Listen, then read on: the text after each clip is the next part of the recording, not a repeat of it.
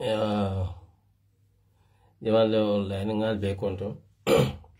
Natra just for quick update. Me yalon ko jama be yabe trend kan fen kota to don online. Men bena viewers men bena view kila ni men be ale fen ko ni aliasia. Anyway, just quick update lem rek. Gambenol al nafikiya bula jama balu kono al munafiqol lati sudula na UDP duna alal hakilotu yaje talibe la molu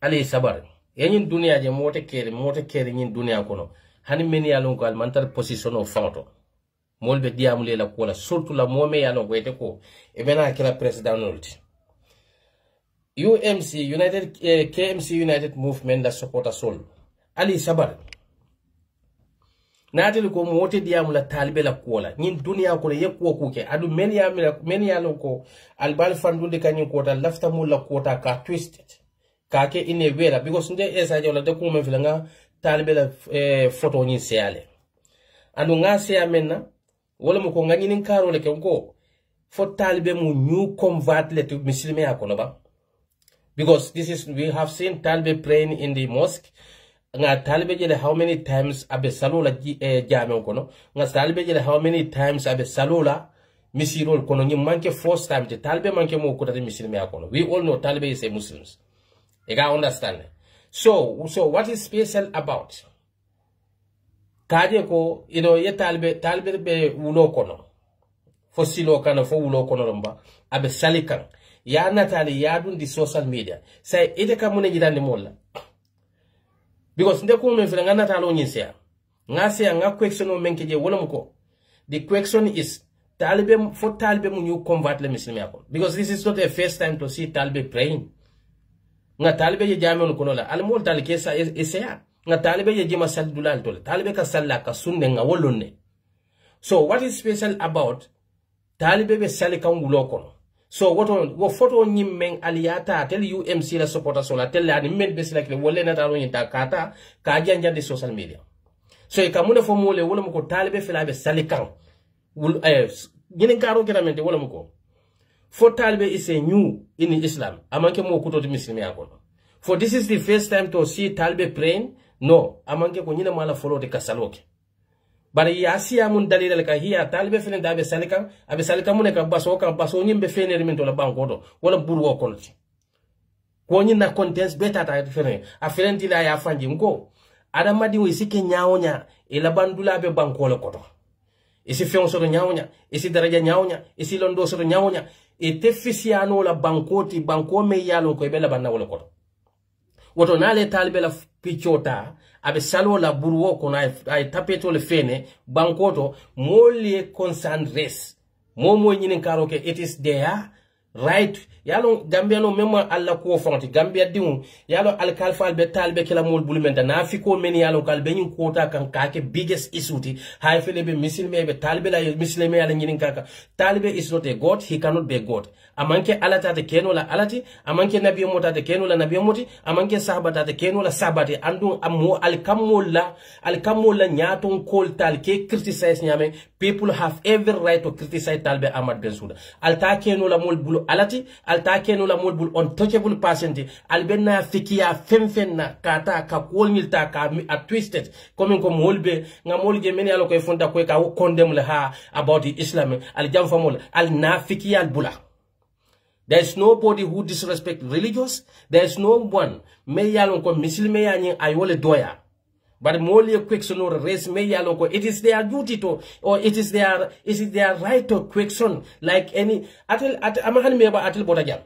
Atel UMC supporter so dolbe atel le botajal be je ajin hadumo me yalon ko molla moral question or respect amanke respect music. Alba fenga ko freedom of music. Anu alifale mata woto me yalon ko ntele nyako to mafo alikaba ba dunia ja tele fisi atan tele talbeti wala ba usend ali wole ta ka carte atodo ajindi wole ta ka characterize ndel kili wo kilinte je me yalon ko me lafle ya fum fama ko e had metale badal tata te UMC supporter sol jama bija al basiya kanal bake ka hadanir quote. And that is one can say that is an insult. But for Mulia Finkel Bankake biggest issue. Yo katalibela natalo tadamba be salola. Why do you have problem with that? People nteku menfele natalo nyingasiale. Adu nganyini nkaro menkeje. Wole muko is talbe a new convert in the religious. For more kutole mati dino konaba. Because we have seen Talibe abe salo kanji mo kono nga Talibe jela abe misirol kono almo natal do tat kefe ama me Talibe wota jima salo dulalle to ya almo natal do tat kepos. Why do you take this special picture and post it kaje ko Talibe fela abe salo la wulo kono? Is it a new for a Muslim? Molle salita wulo kono molle salita silol ka meni yanonko wolle dino wo dino wolle niana tani dino la wolle dino kalamuta Talibe wolle fisiyata ni dunia kono dino la karola. Ngejele salika nga president jebe salika. Why do you take a Talibe picture praying kabe salo kaminto labe salo kafem? So ni mol fundita ko nyinta ka risk ka question. Wo mo mari ñu la right let if they don't insult him. Am I insult? Yes, Mr. Nano Bayo nge kondo.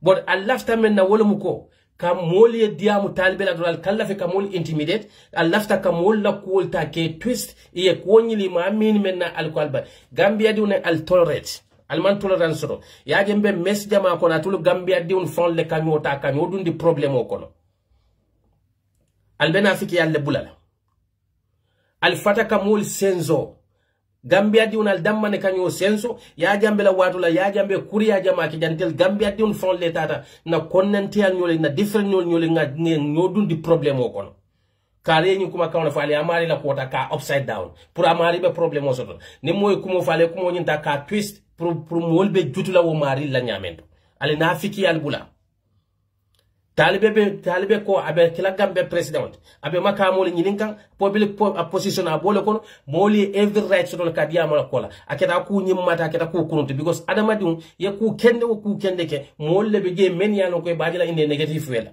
ye ku kunun ke molle be je bajila in positive wela woto dunia ni be was condition sifa ko be was situation sifa ko e be moli nyala foya accept ya tolerate ko molla jeri nyala ko tata kila kilinti.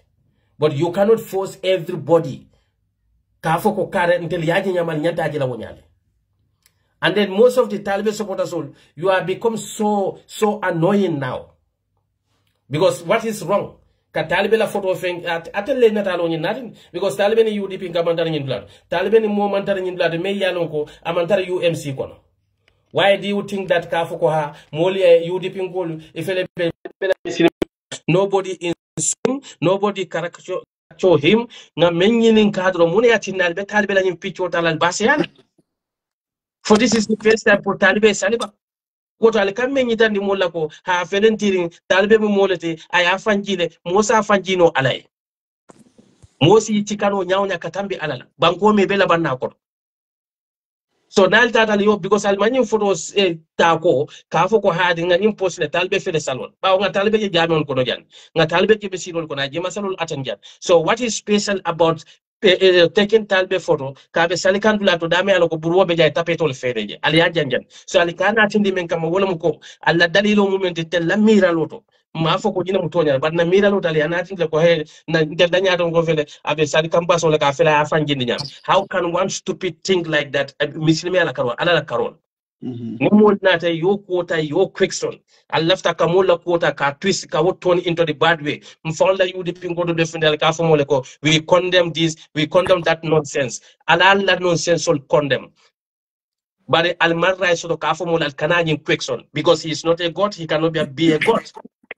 Yes, you are welcome, Brother Kekendo. Brother Essa, barka bake ngela kacha mbala peka no bara te la den tan ko batu ngana ngi jato do man ngi den ngana jing ibula ngi la moy.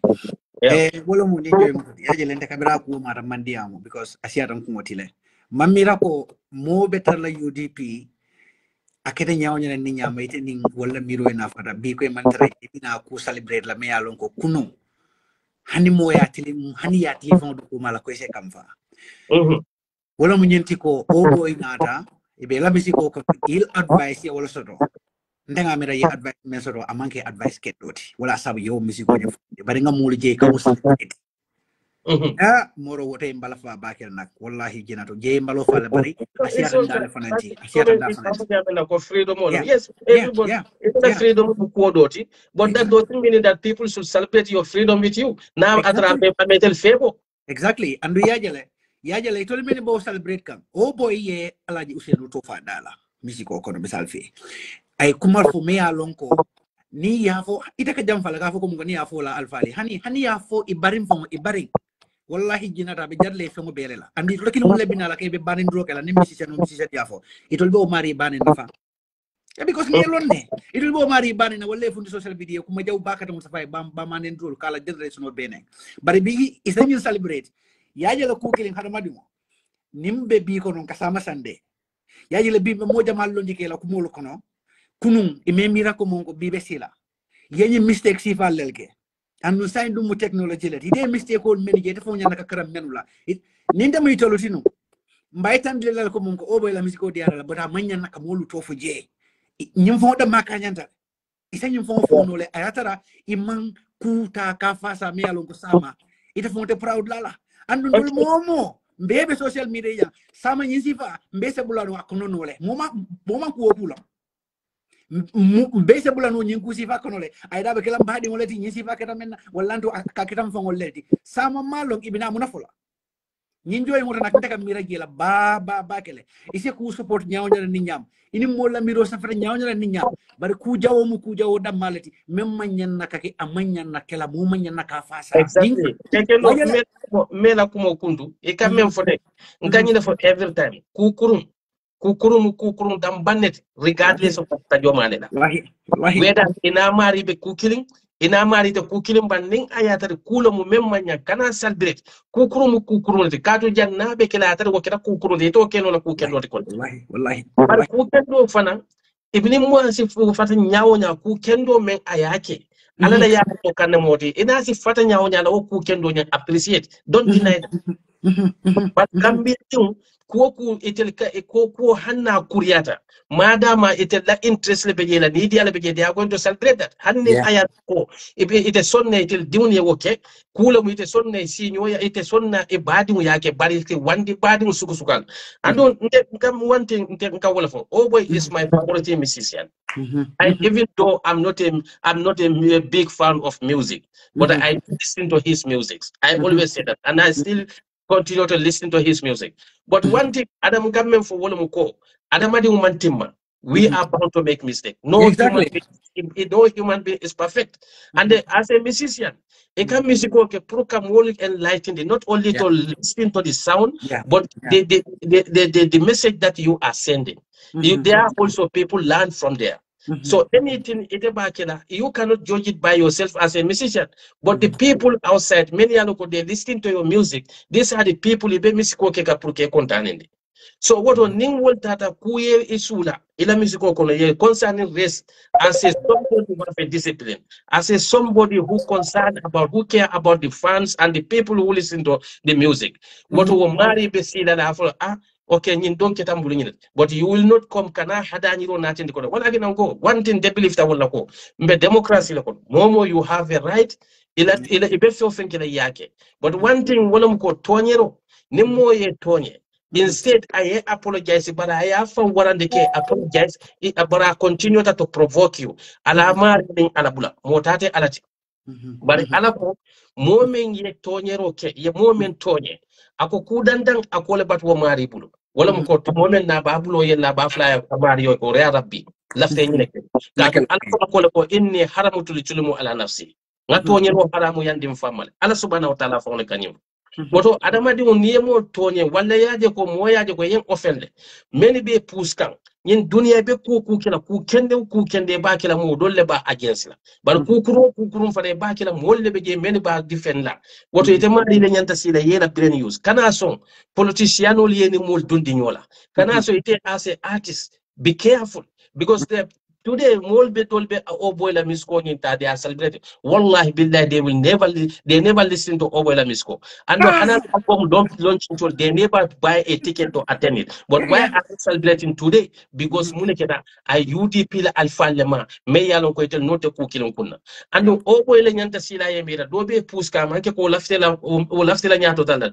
Adamadi unyin dunia ko niaje ko ala ko moli ko kila ko ela man tolde fisi ada man tolbe kuntum khairu ummati ukhrijatu linnas ta'muruna bil ma'ruf wa tanhauna 'anil munkar ela man tolda fisi ya man tolbe wala muko e kanyo yamar ku kendo la kanyo fatande ku kurum woto adamadi o boy nyanta men understand la ko bi be tan lafta kay UDP pendime na wala muko tolu eni musicien na tanga fa alen momo alen boy ko te fe ka fo sa UDP la lonta boy kotin la o boy nyanta lon na ko UDP also is a biggest party and me ya lon ko I false because ngaji la do fo ya safe e ko it is good for him mo fawde wo man wo men safe wala mo ka fawna mo le ba keleka yo male mala moldi wala mo ko mandin kol ha listen to andu yajale ndesan ya no moro yajale hadamadi ngo nyanna kanke ku ba kel politiko la difference so ning akasa bun alkal fongul moro abalafa wara barala bari ndebe gilale mbe bulala yetenten kacala nata ka nyin joni ngol to fuddu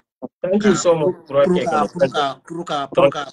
puruka mube tanka ku dunia ku makala bang firawona woli beta tale ya jamme woli beta tale malia munku woli beta tale politiko fanan kono men yalo ko e kan ndiro ke be modun la nyola alanga hakko ko jara ko to men tata bari wol fanan beta tale motela banna bari ku ngake jang sama mbo tar la nyato de that's it ko politiko lam bang fonko lam politiko mu dino le tiemem baraje ikatare nyato le abanta aforo to lam bang abara lo te ikatare nyato le woto nganke ku drong te be wol fo la drong abaraka bage esa ko thank you brother Kekendo thank you so much you know so Gambia di on kam men fotoro wala muko yaje Gambia la politico a small country like the Gambia we are not even up to 2 million 3 million population.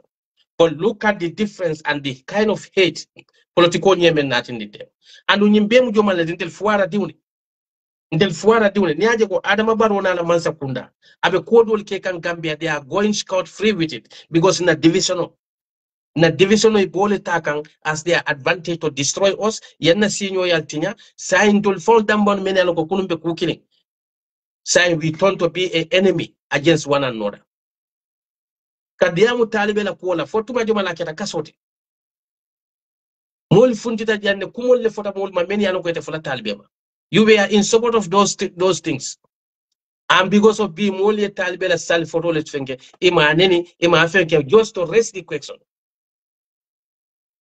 munati nalbe talibela nyum photo siya fo nyina mu follow to what for dina dun kutola amanke dina dun kutola fo nyina mala sal follow ni manke talibela sal follow nobody will say that and then one thing ngawole fo and I will never regret to say that ngo modol misilimo Gambia misilimo jama beje bi nol nin kafiro lota man saya nyine ona kafiro me yalon ko ay honesty soto amang hani mo la na flonya ayala integrity ta ayakai yela wo kafir si fala dan Gambia misilimo dol beje because nyin sunya roba nyin nafiki yabang nyin kulubali akumul be social media jomalle bake ka misilime diun billions of mem bebe kasara ka wo banko ka jomalle bake misilime diun le take kay ñom misilimo wala dinante nobody ndembe biomento bi ila mo la misilime ya ma kenna ngan igatro soto ila salima kenna ngan na beroti ka ngadi ila summa kenna ngan na mol convince ka bero faye ila daji ko Gambia needs someone which alinga leaders should be not based on their religious. Because since 1965, nyim banko be misilime diun lebul. Nyim kasaro mem bela ta Gambia ka misilime diun le bake kan. Nyim sunyaro mem bebe ke misilime diun le bake kan. E kata ke dan dente ala koma. Ebe la ilaha wala wala ilaha wala. Ete jang. Ete dulat.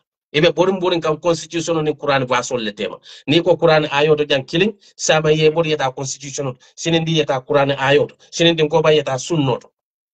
Ni aje nyatun ka kafula na fi le muiti ite kuke kan ba mol yenna banko ka ba talibe la mol ali sabarde talibete alati Public figure mate. People will criticize him. People will continue to talk about him, whether you like it or not. We will continue to criticize him like the way you criticize the people's leader.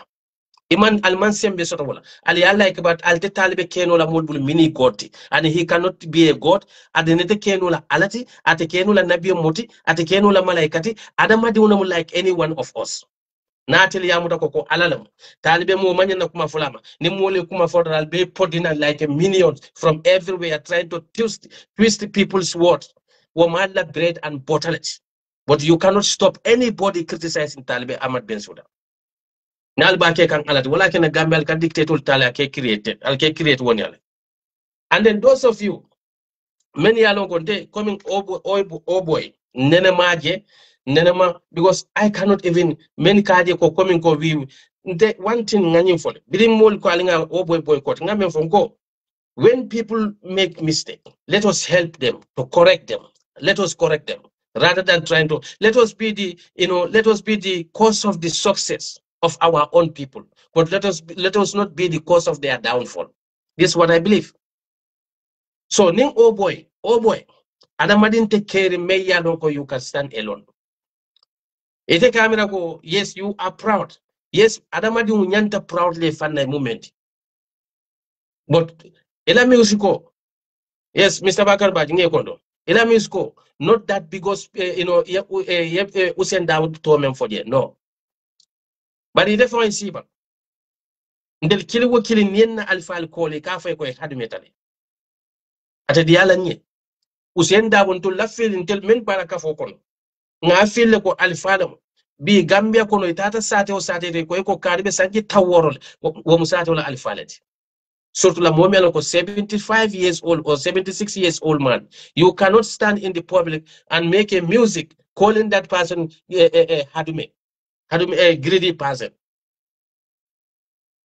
Do your music without even sounding his name.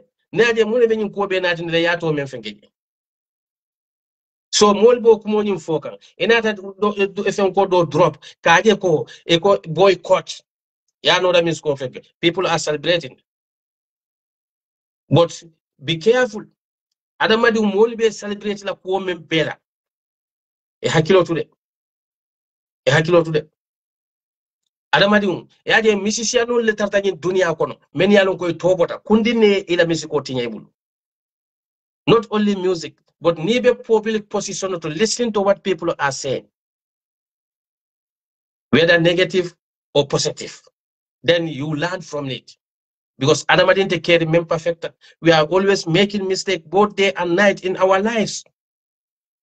Nadi alako law aqdan nas bima kasaba ma taraka ala jahriha min dabati.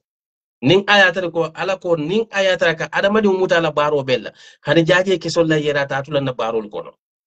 Woto wakamuni yitandi, we are making mistakes both day and night. But mistake we can learn from our mistakes.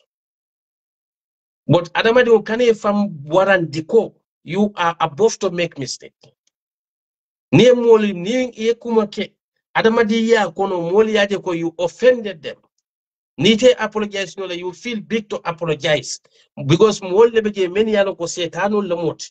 Well fanan wallani dial be woto because the Gambia political Benjamin na musician will have to be very careful about it. Walatina bring UDP atodung ngama 2018 lamba for 2020 fenko bring UDP ST ya invite stay the moto. He didn't go. He boycott the music the UDP for racing because abuka perform at the political event. I was mad at him. But in other side, I do understand because the musician represent unless musician may go attached with the political party, then people know your stand. This is the party that I belong to because he was doing it. You have every right to join, whether you are a musician, whatever you are, you have every right to join in any political party that you wish.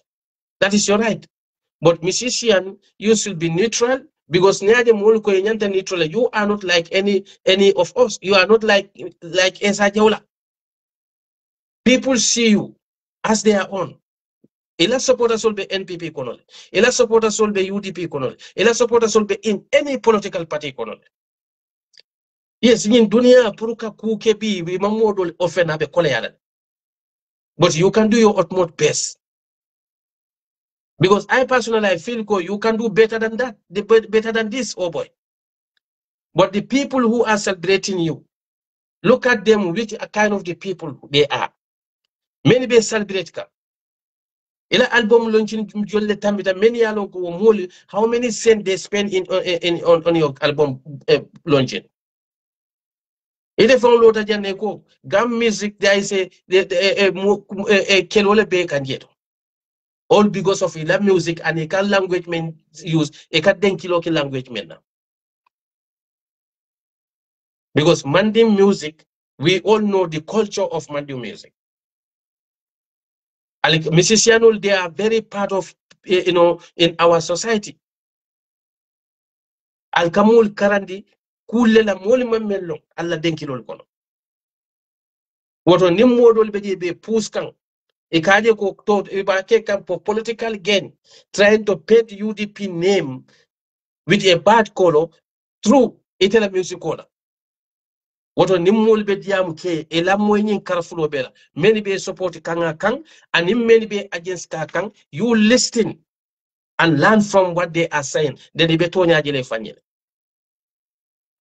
because unte kumen fele ni konna alpha ya hadu metal ate diala but ila music on natali yakenu without mentioning talibene without mentioning lawyer Hussein then nobody will have right to tell you why you sing the admo na fikol men bafula ko biri ay jindi Ajindi music on him play moli akela campaign Ajindi was not direct to any individual because akole ko ila dibiti onaman do ko kay Ajindi ila alikalo naman do ko kala Ajindi alak mansa naman do ko kala Ajindi.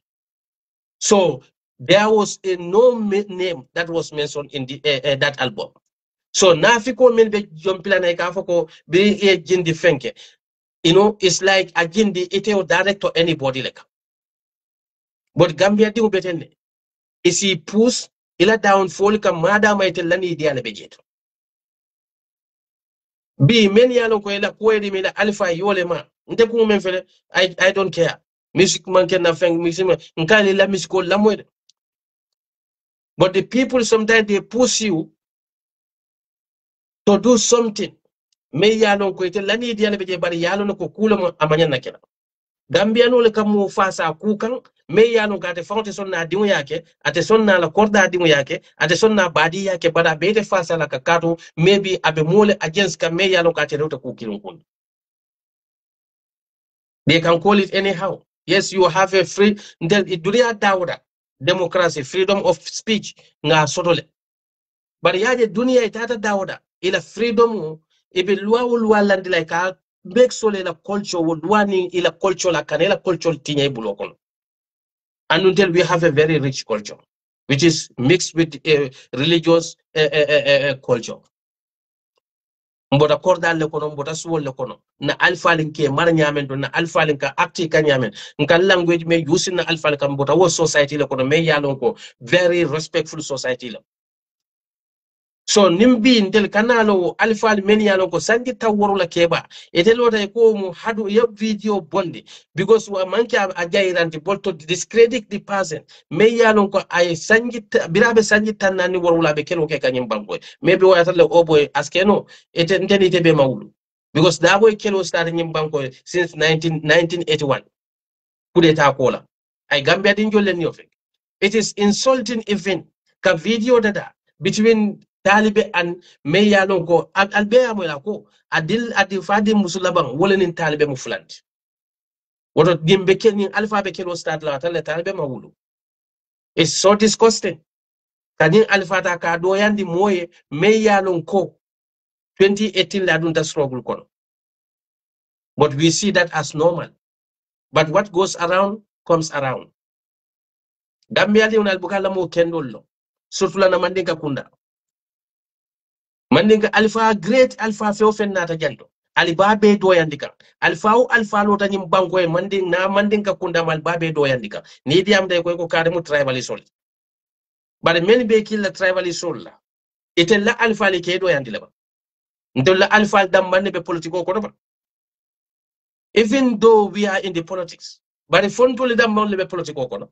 Nimmel be political kono no la alpha temal. Wala alpha le yeke ga yeke sanot into na alpha dan yeke dan dauti. Mune be nakira. E wo jutuna ya da mount be sile kan juba ka jelenna. Yes, Ibrahim Sarange kondo.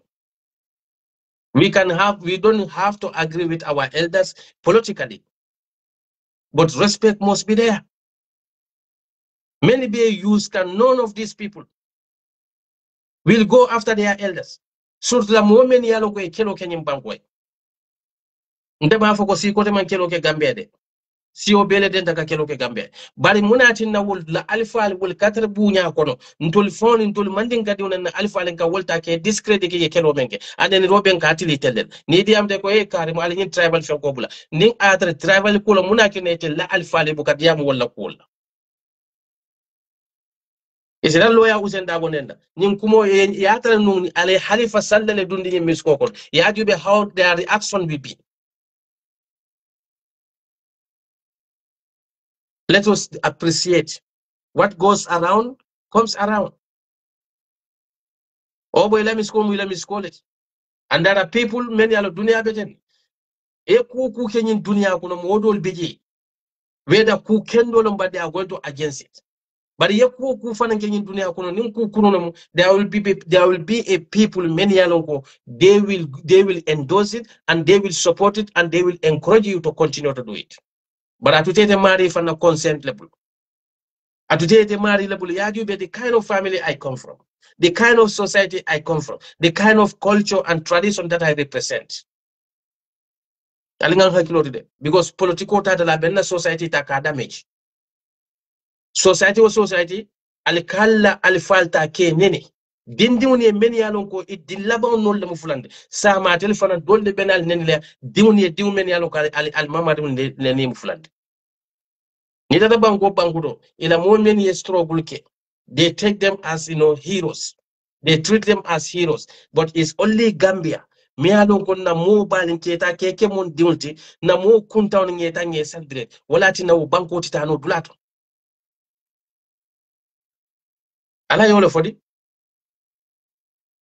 ala ko manta alikamman samin soto ali yole deserve katu nin jama beteyata dama daji ko beteyata wo jama wole kata masa tombo yale ka fo mole nako ala ko allahumma ba'unga mayna fi ko mola kaka qur'ano because ko min gamen fodo qur'ano bi na usna na politician o there between the constitution and the quran nin constitution yo tinya dawda ke borle kata qur'ano ayol kuntundina ni qur'an ni dino tinya dawda ye bor yeta constitution o kuntuna mujabi jabino la ilaha haula wala ilaha haula iman tabdulatu ni aje dawda misilme na fiki society lo bawo nga may moyle aka qur'ano le ta ka kundu ka fo mole ko allahumma malikul mulk tu'til mulk liman tasha ala kala man sayadi mo la men diata bada nyina tako ala ke man sayadi men da mol man bero fay wolede bada man na nyin jamano man saya ya sa fe men kunna ala ko qur'ano kono walla inna makanna fil arda lahu atayna kulli shay'in sababa fa'atibahu shababa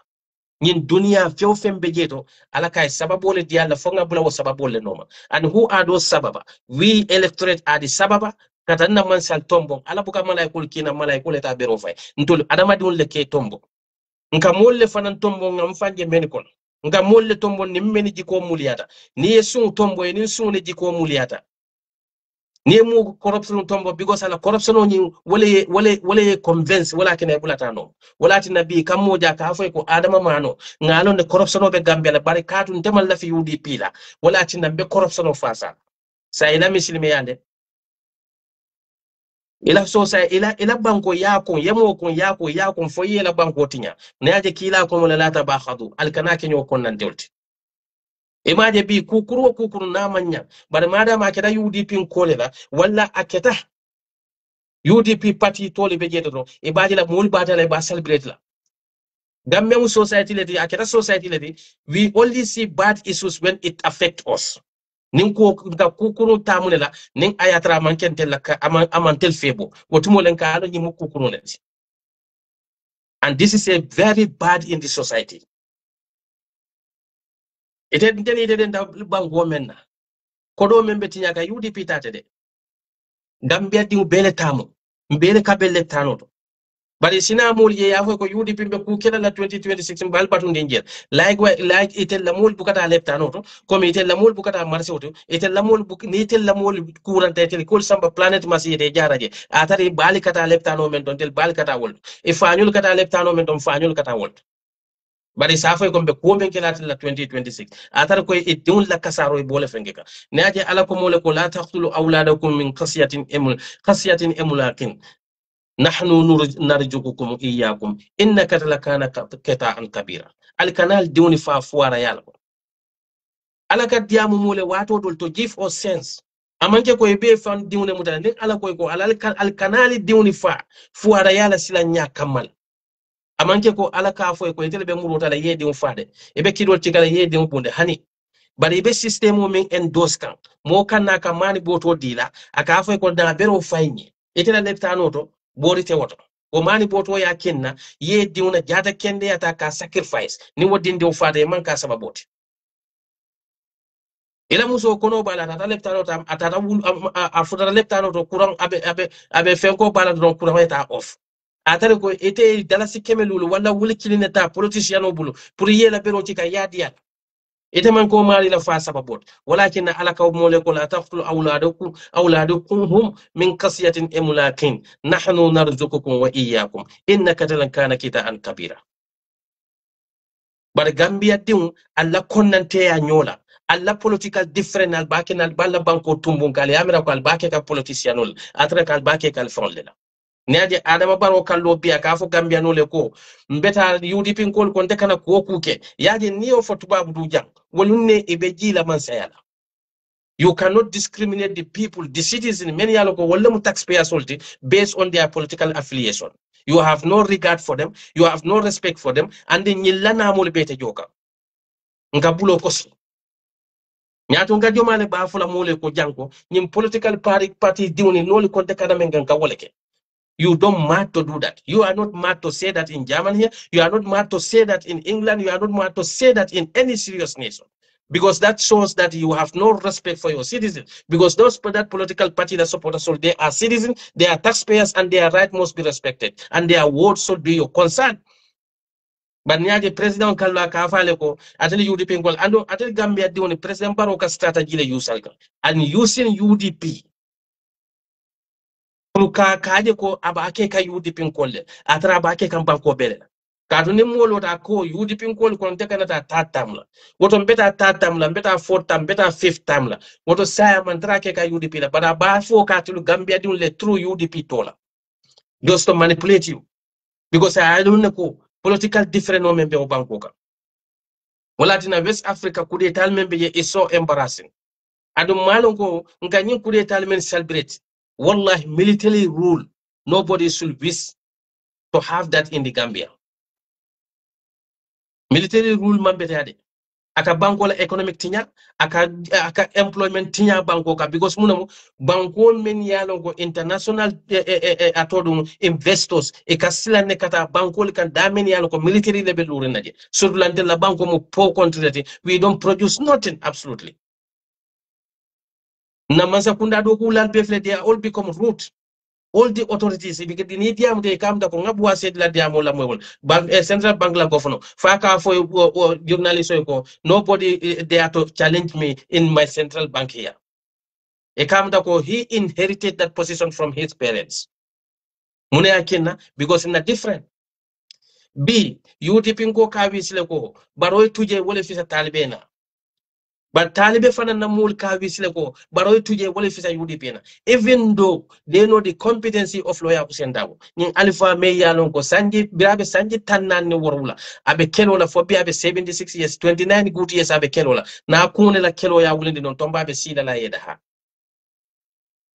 walakin nan ka fatele Africa funding ko albal fannene la surtout la Gambia e bango ja ala yon people will become a politician and their hope depend on politics. Their daily survival depend on politics. That banko ne tala dulato katumunamu, the corruption will be higher in that country. And wala atina be funding ke olibo hani dara galala mulu ni men darajata dumandi yata mansa kunda na du koto ni tata atodo right activities on mansa dunge koto because mansa kunda malle fanna. They want to silence the people because they know that fuara yale jawya lata mul ka banko ka mul buka fem bondino ifanka. So that's what they are using as their advantage. Non to young people who member of banko kambi. Itulo bala alala wolum ba kono fanka so kono Gambia dun lebe fakanje. One day mansa kunda ne mallo ka walla ko address. Yanyi midi farmers to mu momen beke. Mansa kunda mallo hanilun killing ka foko alinga silence prayer for the young people many aloko they have lost their life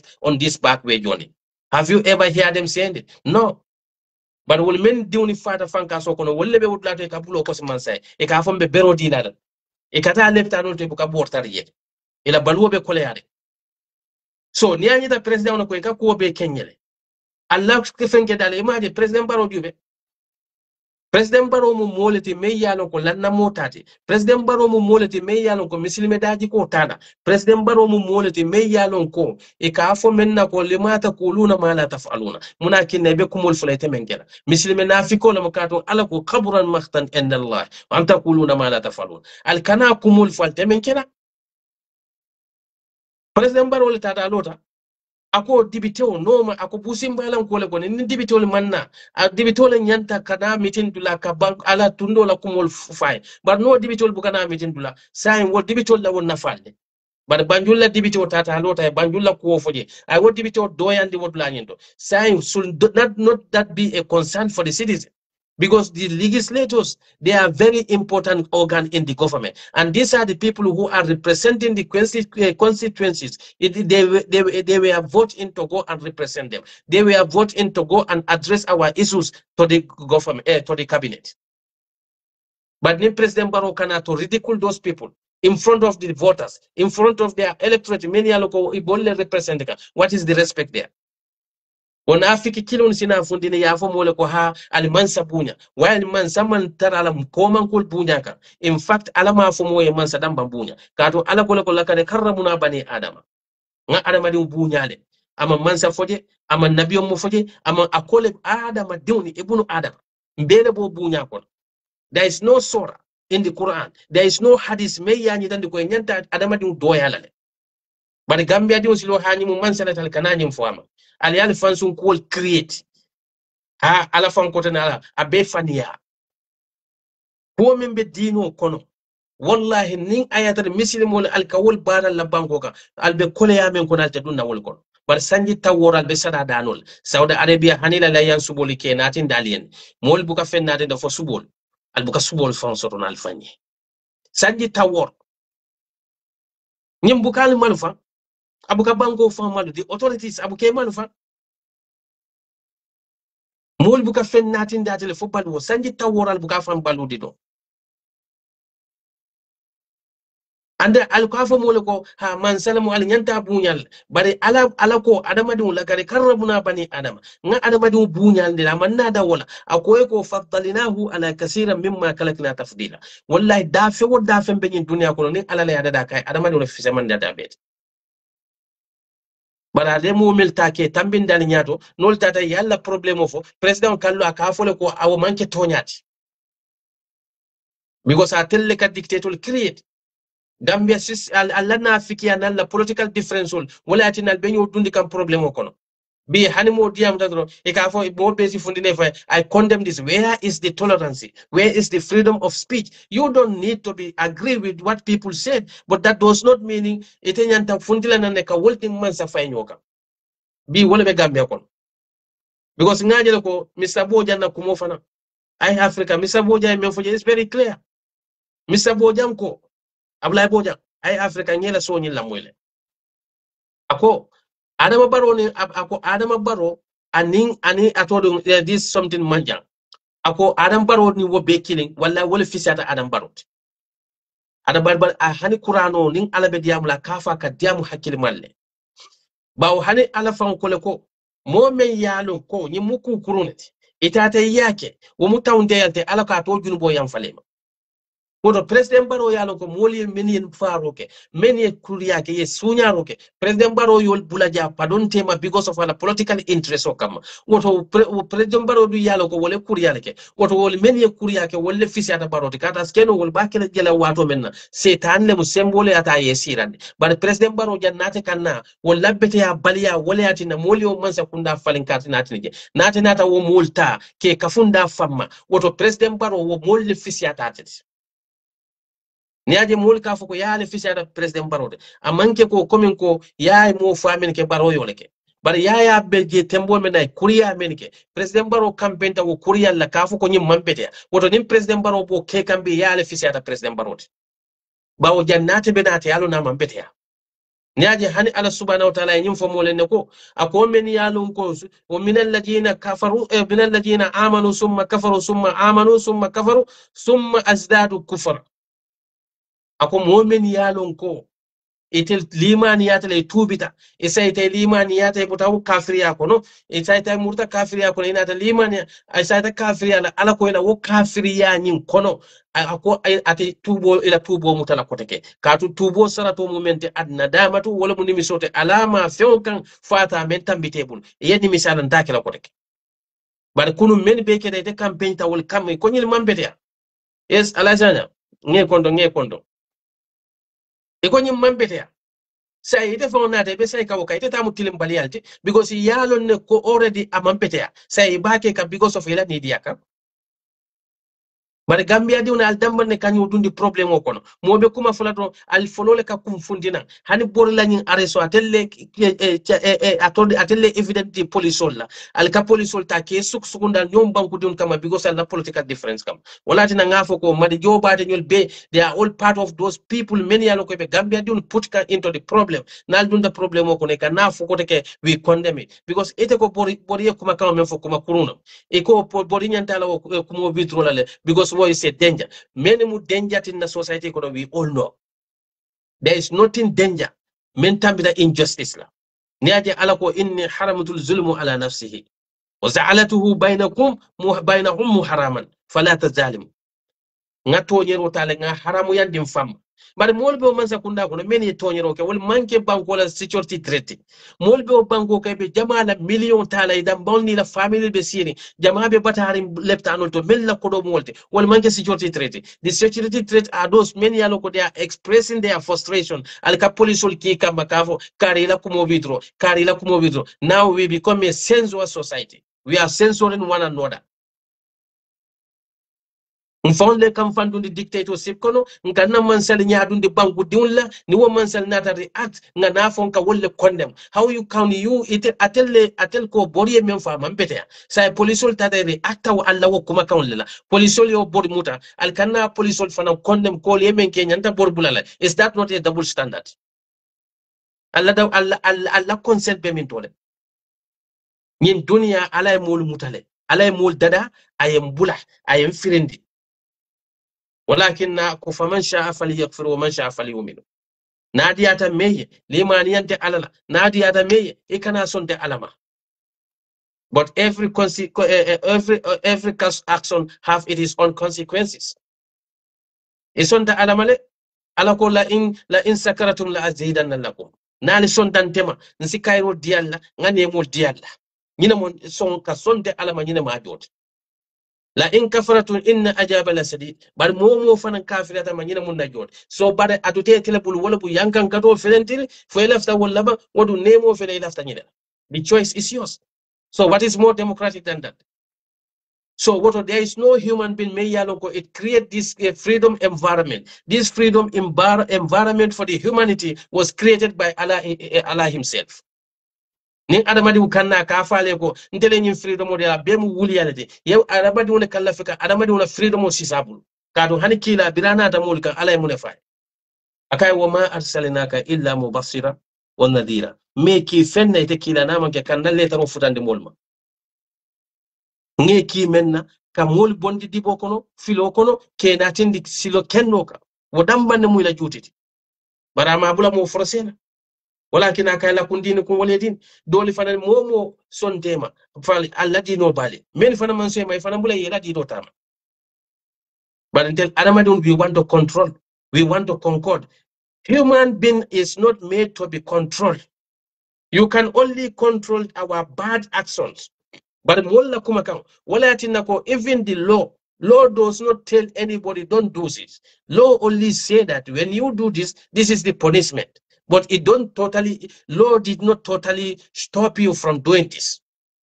Ndamang law background, monkey law background student. But one thing, law movement, law kana it is not written anywhere where law say that do not do this. Law do if you do this, this is the reaction against it. Nyine beta reaction not membeta. Ni kana nyin kuma kan karifo. Ni ko mari moye teng. Ni nyin foteng. Nyine mo ala action not loi la karol. But loi ma fo kana fo. So what I moneke loi mo bulale frita. So then everybody should be responsible enough to know what you will say. But in the less society, saying kingdom only get your sense what. Nka your sense kare nyi memfo I condemn it kare nyi mem ibe wole fine na nyoma ka fine for police so leta ye mari kili nim police so leta ye kili do ibe mo kili nafiki kilo lebe fundila na ha free kali al nafikol double standard ite mo kilo ba fula nyeme kama mbete. And we know that the police, their duty is to execute the law. Sai kare ko ke amambete alko police wol janto fengelale wol janto vidrolale wala anyanta loi anyanta la kan sai da mol men yalo ko wala bela lo wala wol tata ko nyina alkana wo mol fanata ke condemn. Now we will go until Gambian be fanjila situation no kono tela flamenna mbem fanjila situation kono Gambia tela flamenna abe fomo kunkilo mbota men kono adam baro be murundi ka woleka because ko men beta ka West Africa is so embarrassing nim military be bankol beta kan and we think that this is something to celebrate it. Wallahi billahi, this is not something to celebrate it, because when military take the entire West Africa, and the sad thing is all this coup d'etat is the sad thing is all this coup d'etat is happening only in West African countries. Fontol manke adamadi ultiba. The state finances weapons. Moliata yedi security want to use that for their personal interests, using that against the state. Kamola democratic elected mansakundal bondige kefan sindige in the name of mansa membesira mantrake kunga. And we will almalo membekere albeni sojarul nenfengetan kali aje. When was the last time election held yet? When was last time election be Malile? When was the last time Kamoiko election lebe atodo Niger? Burkina Faso? You don't hear the election. What will happen? They will condemn all the political parties, suspend all the political parties, suspend the constitution, and there will be no constitution, but they will be depending on their own made degrees. Many Aloko will start violating people, right? Suppressing the media, suppressing the politician. There will be no politician, and then we will turn at the end community anarchy states. That's this military rules. The military card be do ko Adam freedom is more important than do ko. If you do ko at the same time suppressing the citizen, what do ko man dafa soto because if you do ko ka molde, e mantra ke ka jinnoli, e mantra ke ka beone. O Adam ni wolta ye suppress ye muta. Ila saying itela development ni nafade. Because human development is the most important thing, and you can't have the human development without the freedom of the humans. That the same human beings. Adam Barrow should do us a favor. Sanji tammanke tilitandi, sanji tammanke karitanti. All this coup d'etat is caused by the negligence of our leaders. Because it left a kefam force semboto katu semboto sa akajare munela katara kuma kuntan fola banku diuni. Adam Barrow be wole la Gambia ting. Na dia mutabe kamfare. Eman respect so banku duni ete buka moli jo mole kejo $150,000 a day pour la banwo.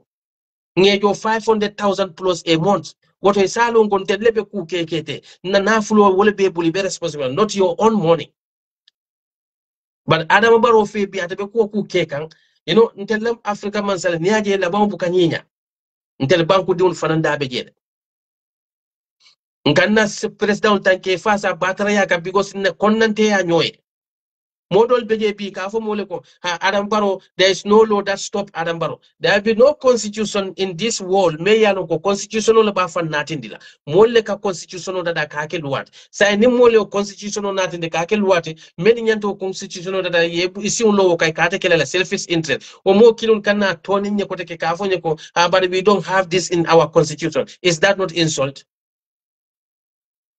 2020 draft. Abakono 1997 constitution. 1997 constitution. We have term limit there. Ya jamena ta ya bondige ala selfish interest ka. Ala bon keta nyaade. Amanta excel bi ata atoro kon. Wallahi mandin ko woy wala bon jun koto. E be nyim kuriya men beke ka. E katara nyim fego abe la bon be kele fone kan. Be certain about wala ko Africa president ibu kamalu. Amanka beti de. Because ne atari malo bela. Ite banko marala yebo wo banko ka yeta exal yeta si president do koto ake jube ko nyimu mole tala mole ya bay. What a disgrace. What a disgrace. Sane kunango na imam assistant no atelemunna rati boti ndemala assistant de magyade abijane tanawota tala. They're the only imam in Berlin Central Mosque. I'm his, ndelemala naimoti. I am the assistant imam of Imam Ratib Magjale. You know? So, Tilimbalia society kuna mambetea. Hani Nabila Suleiman alaya faina akai Suleiman nge natin dile puriye tambi moli nyato yeke moli la nyuman sati yetili etema. Ala man lafi Tilimbalia. Adama baro be benke kan Gambia ko bi tata dunia dawda ye fitinol tarje Adama baro ka jiko menke wole fitinol wuluje because itelle be fitino wulende kay ka fo mole kon tel malla fi fitino e wulni banko ka ndeni te den da banko menna ete ka ko ke mentiate ninte yake ye polisol kinte noma andu wo polisol del wala jo ka bonte fanam bulle. Is that fair?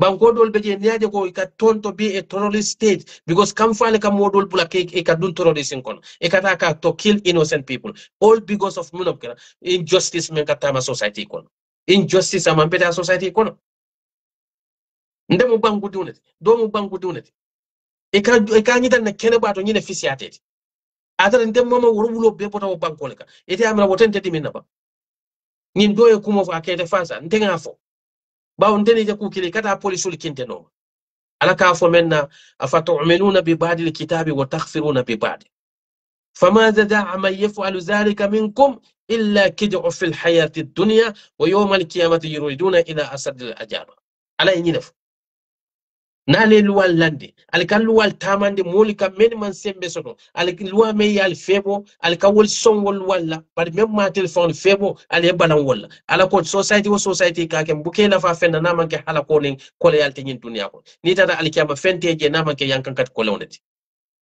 adam baro na la mul be lori nyileka demba sabal nyul lota jane ka kuma jawol fo ibe ministre sol be lori janne ismaila sise lota ja ako dega bi kem bay amuna alim mako sur account dega bi ken bay mom ko ngamra yol alim mako sur account adela afo ismaila sise dindi korto me yalo ka manteno ndani ismaila fulo adaje ismaila ka tama wala atele sojarol bari yalo gambia sojarol sojarol be je wol be kuto teka ntel la sojarol keta mo bute sojarol lati barakati na namanke mo bute lati ni yela kidin je be molle bute ko wata wala tene be tulali fu danul la sila karanda e diwni buka school jo fansoto e diwni ibe sambal school on ben fonde buka so yaaje mo diwni mantal batata ngambia ko no men tambe danyim police ol diwni la school ol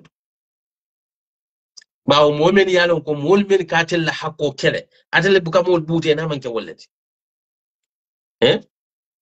Rambo jata lota janne ako ya jambe nabe nana momo koy bo stop la blood le be wo be kala blood set let police le Rambo jata kili e man tafasikala bare adam baro na la molla ambition munati dindim mal balol men kam ta ko sidin jañol e man kutute nyim banko ka yalon gambien la problème o men wala ko momen yalon ko be balu kan haramola e be balu kan junubola ila alkiyamo e batinya kan na banko ka fo wolle kare bale duwata ite bala duwa buka muta ite bala duwa te jabila foni kete banko be jamala nafulo kasara lati wallahi wo badwa sifa fadwa sifa almu alenne badi mislimo be tankanda bare gambe si moje sunyaro le saje sa fo ke ngalo no fonyi ke kata bala duwa abala katolo so ite bala katu o mete samba fenna na manke ka jama ka banu jamala nafulo ite bala duwa mete jabi te la fenna foka ke sunyaro mum badwa jabi sifa la moti ya rabbi man satala almu alen diwni tankandi wo badwa sifa la but it is so painful alfal men yalo ko kunu wolle ni wala men ko wo mansa kunda kuru membe ja wolbe tarla jane diaguya bi adama barola mansa kunda kan lafto disgrace those elders men yalo ko kunu ye kelo kenyim banko mba fula de ne kela nal pareta anything na banko bele be batala kono banko bele be dunna fengo kono kato alaka nyinaf lawla difa'u an-nas ba'dhum ala ba'd لفسدت السماوات والارض لمن فيهن نمو دولا هرموتي مو دولا كاتاكوتي دولي كان وتو مو كندول مبي سوسايتي كو نالي دي تيلم باليا كان من سكوندا فورو من سكوندا كوروم ايبي تاوندي لا كلامو لا نفيتنو مامانتا البيكون كاندم because UDP will never allow that na lafta Cairo be sabat lawo banko kanen katum bela mol beje mbali beje na investmentol beje ndel almanyum banko kanu katambentel but dindim mal balul tafula kunna alfa ben yalonko the people like Boriture nyul ba Usen Dabu nyul nyin alfa le kelo men genyum banko ka dindim mal balul men kamta ko sidin janyul Sumaila Cissé nyul e man tafas kenyum banko la koto bi wol be nafaka wo koto ko kanana wo alfa le discreet we are not going to let it mambala le tala de bari kanna alfa doya dinduni men yalo ko mal baloli ko ete do ko kala ka balu tarola bari ko be balula mun la man sakunda na alfa men sanji tan sabe be kelo keka yela yelo keje ye yelo landi yeni yo landi yela na flo keje nali man fenso to ka wol bunyal kal kana wolle doyande mba fole it will never happen nali ano albe fitino me wulay bulembe ko kanna yalo gambia police to le wala molti nali amira ko ando mbena men kala wala buko any police officer yet maltreating ke gambia dula ngela face long yet dimba le sodo ibale beje diwul fana bo banko kan nimme de sodo wallahi mbe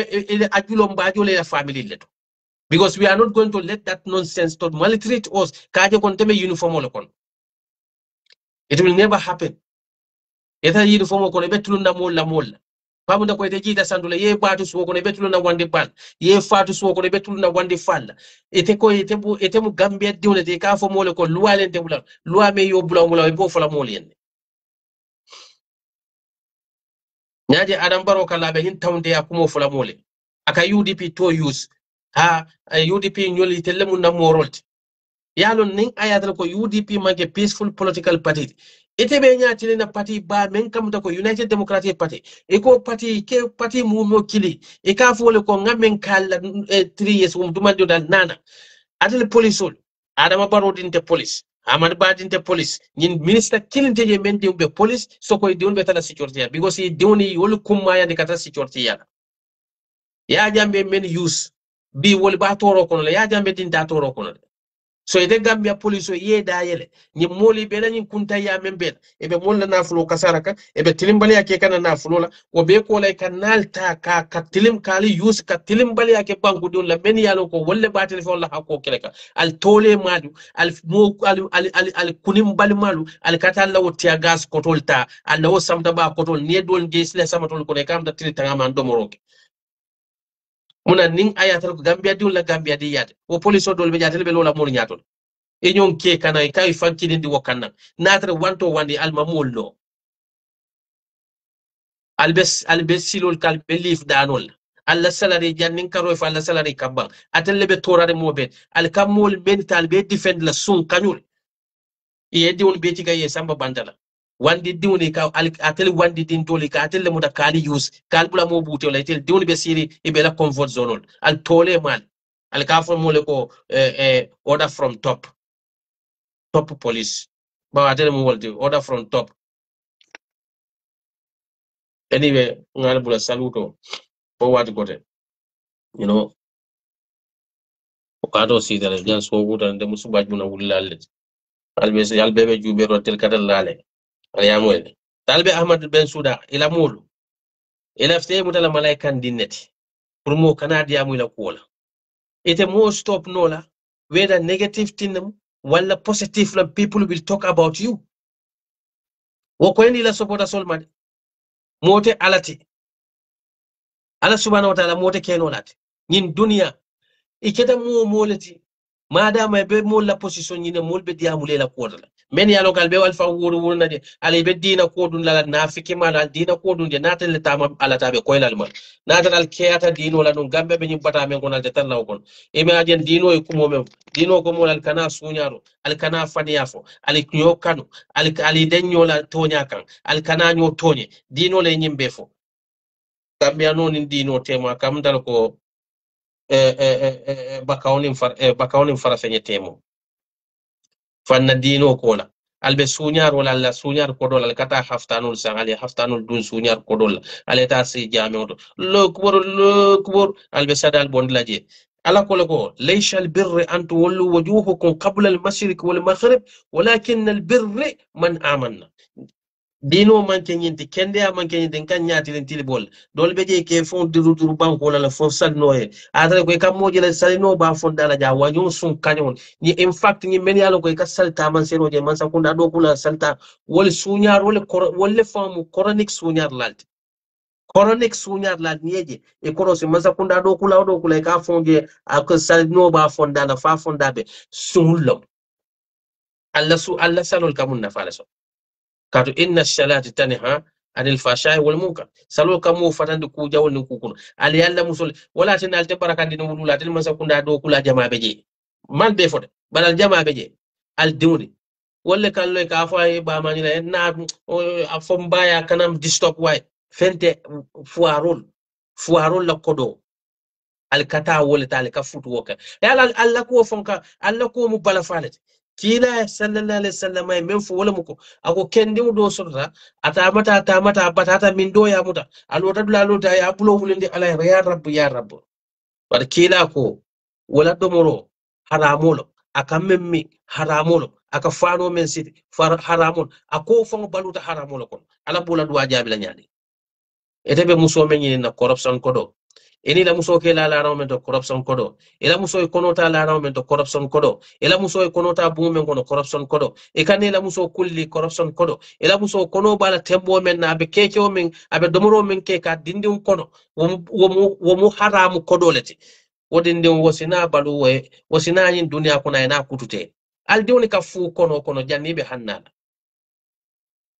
aldiwni e ka fu kono le kono jannibe funtilana ngali ajire sama di senela di nata ke wala ka ke mansate ando nyum sakunda do kulal men yalon ko al gatal nyi fe ko lal bal dun ci galal be sambal al dun ka anale anal ke samba habade university ale samba eta kela fenti pale ama alam mansatul nalt ale ama alaka tonyero lek ngombe jam e majal be ba foka adam baro yesa adam baro fana dun be nay be fula ate bay yala ate baluta halalo lekon ate adam bar abaye samala sena fay samala sen kodi ate wuluta halalo le kono ay baluta halalo le ta bare maja sa ba diun balunde ka haramo la kodi ala nga tadro nali yamira ko nyim kumol men talin law abe ko elal nali yama nyim kumol mun talin le ite mari ite dum man sakunda kon ite kodo sunya ite la futu siti wala ila futu siti ko la ye kodo sunya ka bumulo wala banko bela nafulo jamala taro itata yebulo wala isa ita ko ke yela ran san wo haramu ko kilo ne ini la muso ka futu wo ke wo haramu ko kilo la ran ne kan idi yela muso ina ko nota wo haramu bu ngin kon e kata be jila na do ko le yepo mul sanga e haramu ko dola yes ali ngi kon to greeting families are all fine wo haramu ko do ni e kata bal wo sannan e la muso ko no mate e be haramu fe dilala wadingu fana bodo mola wala kono biri te dingo be kono be haram do mol ay na wulu wo haram do mo kono eta ko eke fed abulolo ala ya dango ali ngata jawara musama senela diwna ta kana man selte ya jambe fuara diwna kodi jawara la misal mini e diwun tika ye samba fe ko diwun le be mola ko do bum bayla fe kana fo mola ko gambe jawara nda ala kana kenyala ala ya kenyala podita ke wala kam bara basenden do ya jambe in fact bi wala ka lo ya jambe nyaade kay ñom man sanene man soto jant adu kunu wala ka fo gambe jawaran tam ala kana ke nyaala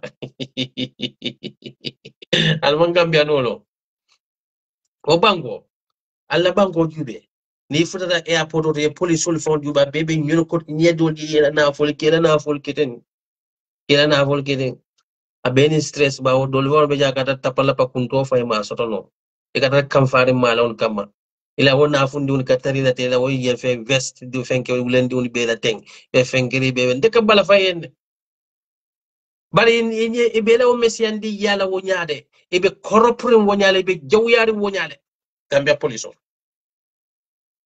adele ma corruption be mo la bondi la kudo wala gane kada nyin dugalante o be la te e kata le foi ka retire e jama be ye police e kayje le nyin gambia nyin police o jama nyin police ke wal ni je ni fo fem benda ye tata nyin fuka ja kurtol ni fuka ja kotol taye kuda ko ne kono futol be warlende al jama be ja ka nyin masa kunda do kula kotol let akata ko say brok tale etele kata sine sila dala damulla e fon ke fon diuni ko ma kuma e ga me be sirin vengo de billahi sima don kay way sima don bobu kay man kay man hawma luta way yaw wara ham luta ni da nyin dama play lal beto e tata damo ye damo play la abe mu nyim masa kunda do kula ko tolle broke people ali yalla nyi sunyaro beke at the end of the broke Gambia police wala be jawyaada al ñom banku duni al be mul torandi la ñim mansa kurune al be sirin sila dala ni andu ni be ni e katali la ñim jawya be ni jita ten e ke fan kamundi la Gambia police wala e sa je be sirin sila dala je kedel ni be futa la fa ite sa ke fan yes sir ye la moto lo ne toma my leave monta be nda moto tembulu ne yero la moto nkatam wala Gambia Saje, boy, bro, don't my leave. Albebe batari nyo kanye. Mol bal bondi koto bata ko ne ka atel because Gambia police wala la nafa movement wala mu kata mol bute. Gambia paramilitary jamanu la fenke kotol mena birin hitila la wato la o fen kotol ko le cike ka ho sambal. Atel buka kuta fe na fa sondire fion. Wo sondire fion al kata al kala broda sol nal kuran da fa social media men kalma ko. Al kata kam far wala kam. E ka nan de lekal wala buro den tapala pala. Buro ak tapalapa albuko fonctionnel fani e apoto dal katara fula mo buro hamlo bech ana savech de wala nante nimbe na la fenkodo nkanna falu bech kala ka be di wo boy sol la silol kan wala menna tan dandam fona mo nganna falo diga nem fula ka al kan na ba ko saj ngo adu ni bele be ni stress bala e lundo nani la sade na ba ko fenke message wala come here what's your in your bag ngai na ba ko kono yeah, poto. Ngai in my back, ngai nothing. Konyo nfuta konyo you know what? Before we open your bag, let's talk. Ngai talk what? Ngai open my bag. Ngai open it. Aina ba ko ila man fende na fa no ngai suma ki suma yerem la de. Bulko lefinde, bulko janjan suma yerem de. Parce que yo so ko janjan suma yerem de nga dampi yep nga def ko lu nekal, ana? Akonyo yaw suma broda ngai broda kute jande. Yow yaay jël suma bag da nga sani suma bag comme yange mer luma def ma dara leg yange wa ya ma wax ni ñu kay ñu waxal ban waxale man xawma fi dara amul téléphone amul fen amul dara at the end naka fanyo ko bro lon leg nak doma may si atayam bo kay banadaya ya da nga ubi suma bag ni da nga difin la fa suma yeram yep te leg da nga wan ya ma wani joma lifin bi ali de be jube som den defan ka bala fa yenne e bebe do yar nyoka nyelo ko Gambia police la be katara yalo defan fintale bari ndefana na fiyo at least ngo en kende on jeli war Gambia police oli kende on be katal tende billahi e ka bala fayne because ibu kada soma e buka buro fan full soto no o buro wa filal min kata jana airport Johnson wala wala to kon le katarira mol bal ma ko kale boto minister be na lebe kende on be ni law krewani fenkere on suñaari krewano on kayro siya Osama o wati kote ali boy Ibrahim Sade nyanjo sai musu nyine nyanto le siada ka kayro siya